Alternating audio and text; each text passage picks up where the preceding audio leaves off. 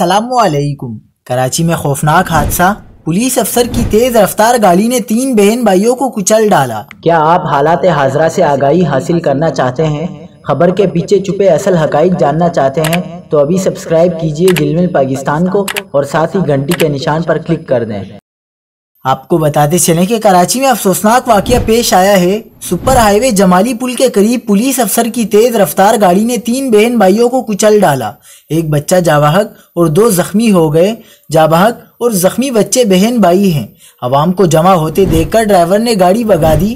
عینی شاہد نے بتایا کہ خاتون اور 3 بچے سڑک کراس کر رہے تھے۔ پولیس افسر کی تیز رفتار گاڑی نے چاروں کو ٹکر ماری۔ تینوں بچے اور خاتون دور جا گرے۔ عینی شاہد کا کہنا تھا کہ کار میں خاتون بیٹھی تھی، ڈرائیور چلا رہا تھا۔ خاتون کا کہنا تھا کہ میں پولیس کی فیملی سے ہوں۔ ریسکیو حکام کے مطابق جاں بحق بچے کی شناخت 10 سالہ محسن کے نام سے ہوئی، جبکہ 6 سالہ عائشہ اور 8 سالہ حسنین شدید زخمی ہیں۔